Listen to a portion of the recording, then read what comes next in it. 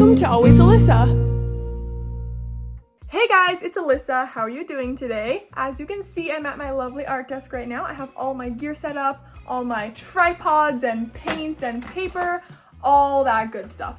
So recently, I had a fan reach out from Canada who wanted me to make an art piece for his daughter who was a soccer player. Which, first of all, I thought that was so cool because me and my family all love soccer and we all play soccer. He had the idea to make the art piece of a soccer ball like swishing through the air, and he told me that her favorite colors were pink and purple, similar to mine, so I thought that would also be kind of fun. But since I didn't have an exact reference photo for this art piece, I had to use 100% of my imagination. So I started thinking of some ideas of sketches and how exactly I could bring this picture to life.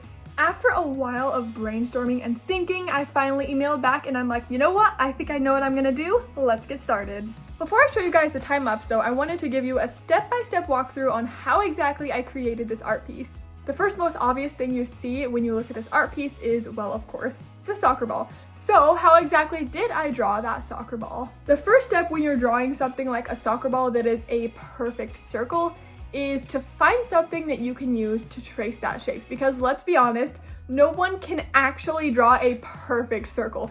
Not even artists, probably not even like professional artists. Like no one can print exactly that perfect. So most of the time I will just find something like this little water jug. I guess not jug, what's it called? Water cup. Why did I not think of that? Anyways, I'll find something like this little water cup and I will either trace the bottom of it or the lid. And if it's not the right size, I'll just look around my desk until I find something that is the right size. I will then grab a pencil and lightly trace around the shape of the cup and I will have a perfect circle.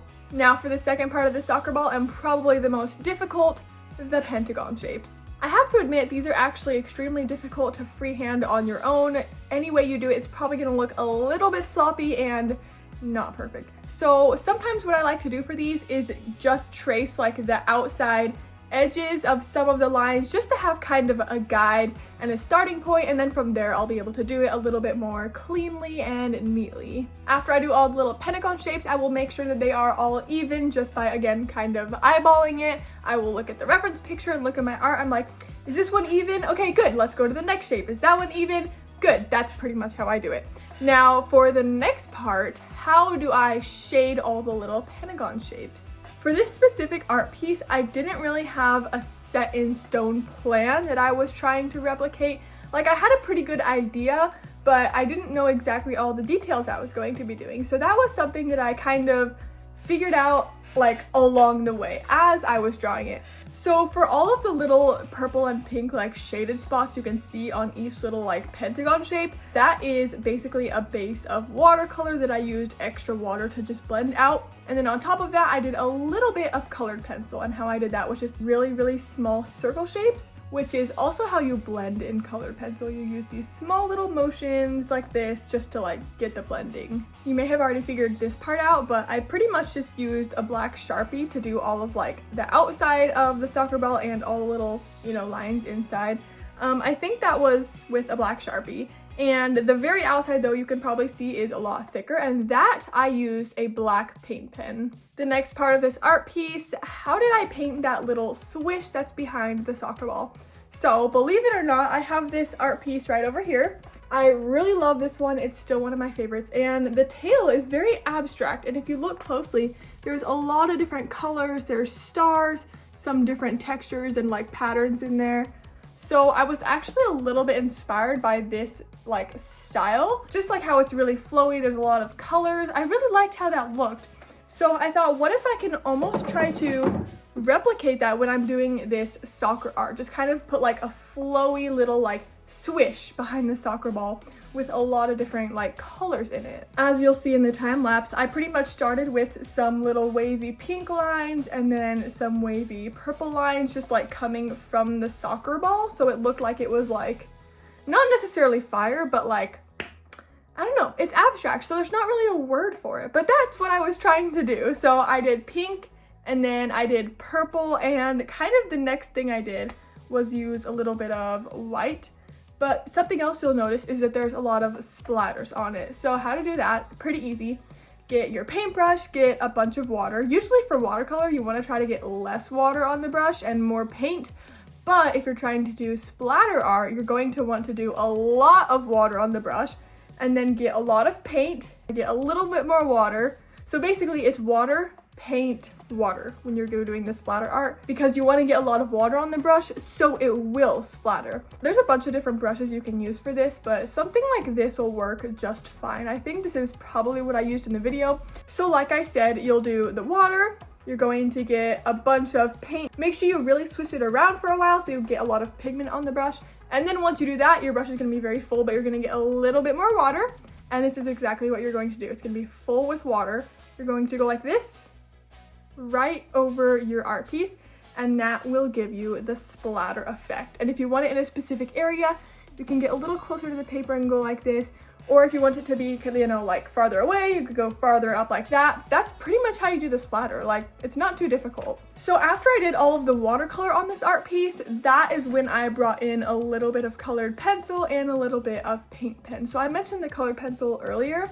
Maybe I said it a little bit out of order, but yeah, for all the little pentagon shapes, the colored pencil in that came in towards the end of the art piece. I don't know if you can see that in the time lapse or not, but yeah. Anyways, about the paint pens though, I mentioned before that the thicker line around the soccer ball is in black paint pen, and you might also see some black paint pen on some of the swish marks. I decided last minute to add white paint pen, black paint pen, and a little bit of pink and purple paint pen to the art piece afterwards because I wasn't quite satisfied of how it looked, so I decided to change it up just a little bit right before I finished it. So I added some of those nice black lines in and some of the white lines, and it really gave a nice contrast. Like, it popped really well, so I liked that. And some of the pink that looks like it was drawn by a pen and not a paintbrush, yes, that is paint pen that you're looking at. So as far as the soccer ball, that's pretty much it. But of course, there's also still the little jersey number that was at the bottom of the art piece. I did this after the entire art piece was done. So I first sketched it in pencil, just using straight lines. I'm pretty sure I used a ruler to get like those really straight lines for that style of number, because that style like is hard because, you know, every single line is like a perfect straight line with a little right angle. So I did use a ruler for that. And I don't know exactly how else to explain how I did it. I guess I used the reference picture, of course, so I just like made sure I got each little line. And then after I did that, like the outline of it, I did one, how do I explain this? This is so weird. After I did the outline of the number, this is the thumbnail. I did one extra line. See how there's like a white space in between? Yes, so I did that one extra line. And then once that was all finished, I just like shaded it in with a green marker. So that is every single step how I created this soccer ball art, and now you can watch me paint it in time lapse. Once again, in case you guys were curious, here is my desk setup for this art piece, and now we're going to get painting.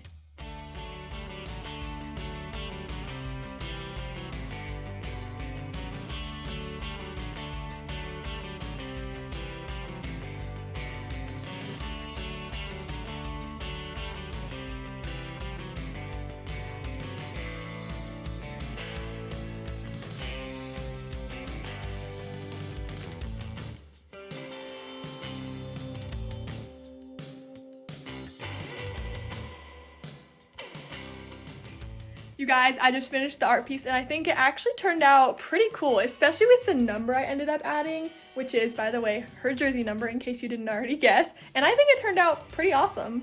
I really like the black outlines I ended up doing around the actual soccer ball and just kind of the details on that. And then of course, all the splatters over here. But I think what really pulls it together is the number down here. I'll be packaging this up very soon so I can ship it to Canada. Make sure you guys leave me a comment and let me know what you think of this art piece, and I'll see you guys in my next art video. Bye!